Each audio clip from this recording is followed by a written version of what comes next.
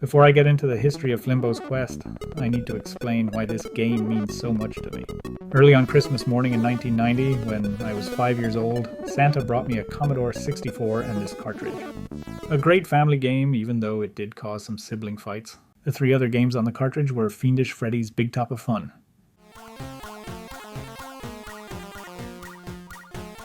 International Soccer, and Clax. Alongside three other games on it was Flimbo's Quest. Flimbo looks like someone started with two giant eyes, added a round little belly, and then just hoped the rest would sort itself out. When you are 5 years old, that is enough. You are not judging the technical achievement. You are just thinking, this looks class. The story is simple but gloriously odd. You play as Flimbo, the little hero in blue clothes trying to rescue Pearly from the mad scientist Franz Dandruff. Honestly, he might wear that hat all the time to hide that big bloated red face of his, like a sunburnt hot dog trying not to catch even more sun.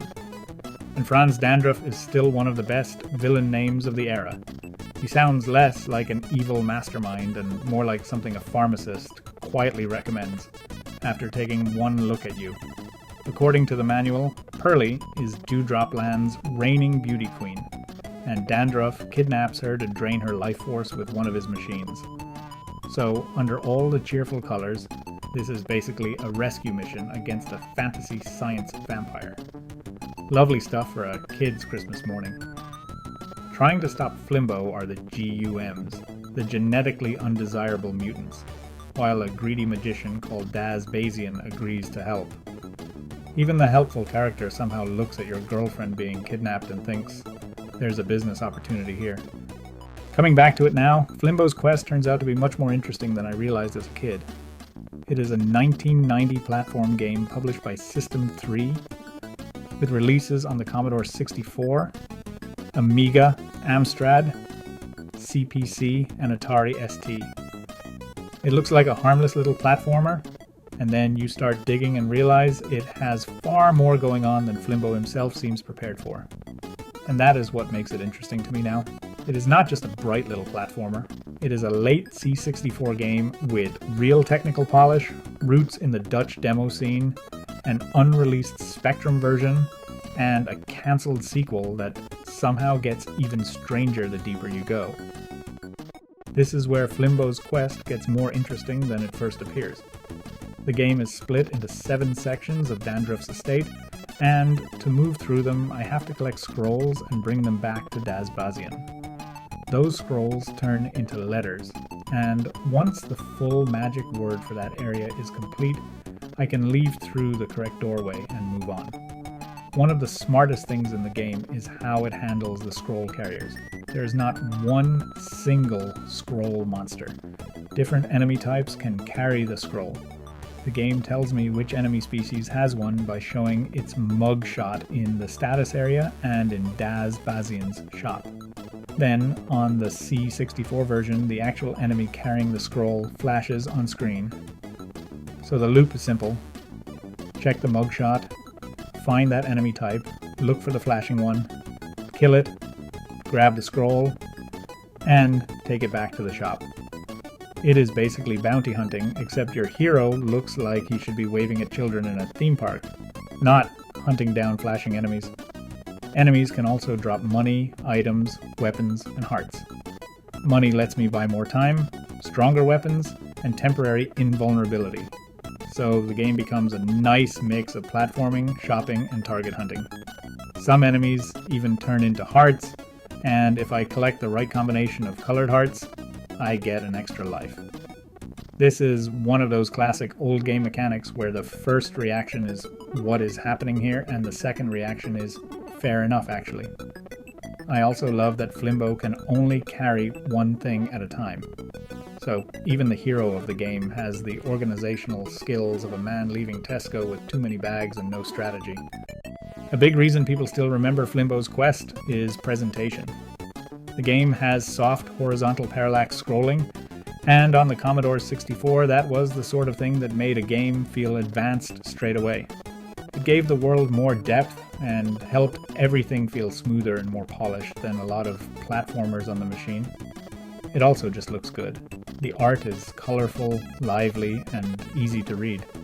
This is not one of those old games where you spend the first 10 minutes asking yourself whether the background is a tree, a castle, or some kind of vegetable.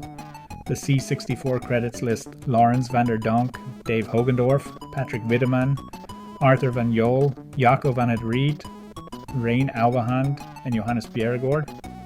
That is a serious team behind a game that, in a single screenshot, can still look like that one with the tiny fella in the blue outfit and the emergency hat. Which says a lot about the team, because they somehow built a genuinely polished game around a hero with giant eyes, a stumpy little body, and the posture of a man carrying invisible shopping bags. There is another reason Flimbo's Quest sticks in people's heads, and that is the music.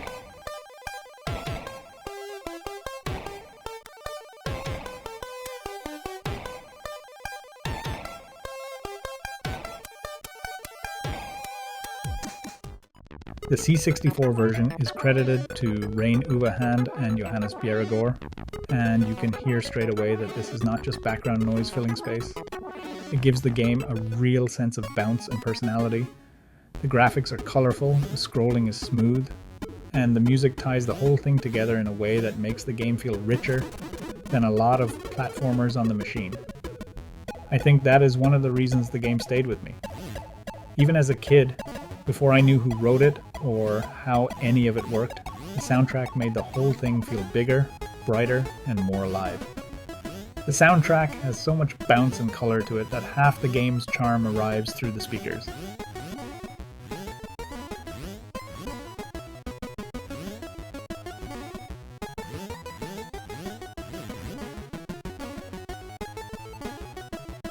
The real making-of story starts with where the team came from.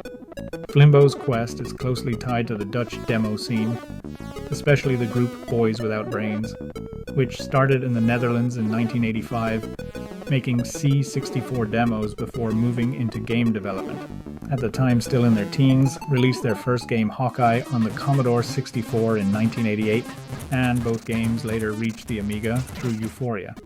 That matters because demo scene culture was all about taking limited hardware and making it do things that looked vaguely unreasonable. This feels like a game made by people who looked at the Commodore and took its limitations personally. And once you know that, the whole game makes more sense. After releasing the platformer Flimbo's Quest in 1990, the boys moved to the Commodore Amiga to work on the game Disposable Hero, which was released in 1994 and took inspiration from games like Salamander and R-Type. One of the clearest ways to understand Flimbo's Quest is to compare it with Hawkeye. Both games come out of that same Boys Without Brains lineage, and you can feel the shared technical confidence in both. Hawkeye, which is a Rygar-inspired run-and-gun game, showcased their talent and was the first on the system to feature parallax scrolling. Rygar is a video game created by Tecmo in 1986 and originally released for arcades in Japan as Warrior of Argus. The player assumes the role as the legendary warrior, battling through a hostile landscape. Hawkeye is darker, harder, and grittier. Flimbo's Quest is much brighter, much friendlier, and looks like it has been politely told to smile for the family photo. Hawkeye looks like it wants a fight. Flimbo's Quest looks like it wants a fruit drink and maybe a lie down. There's a clear gameplay lineage here. Rygar influences Hawkeye, and Hawkeye in turn leaves its fingerprints all over Flimbo's Quest. System 3 is an important part of the story too. By this point, System 3 already had a strong identity in home computer games, and Flimbo's Quest fits neatly into that late C64 period, where strong presentation and clear publisher branding really mattered. So the game ends up in a very interesting spot. A distinctly Dutch-flavored technical production packaged and sold through a British publisher that knew how to present polished software properly. It is a nice example of how European game development worked at the time. Small, talented teams, strong publisher identities, and a lot of crossover between demo culture and commercial games. It was also well regarded at the time. Lemon64 lists an average magazine rating of 87% across 8 reviews. Your Commodore was especially enthusiastic with 96%, while Zap64 gave it 80% on its original 1990 review and 85% for the 1992 budget release. So this is not just me being sentimental because I got it on a Christmas cartridge. It was genuinely well regarded, which is nice because it means my 5-year-old taste was not completely terrible. Then there is one of those classic retro almost stories. A ZX Spectrum version of Flimbo's Quest was written, but it was never published. That always makes an old game feel bigger somehow. It means there is still part of the story missing. Somewhere out there is the timeline where Flimbo turned up on the Spectrum, still looking completely underqualified for the job he'd been given. And if that was not enough, there was also a planned sequel, Flimbo's Quest 2. The first game's ending teased it, and the sequel was meant to be bigger and more ambitious. But it never happened. The story there is frustrating. The Dutch developers behind the original and sequel were still waiting to be paid for the first game, and the sequel was eventually cancelled after the offer on the table was judged too low. Music had already been completed, which somehow makes it worse.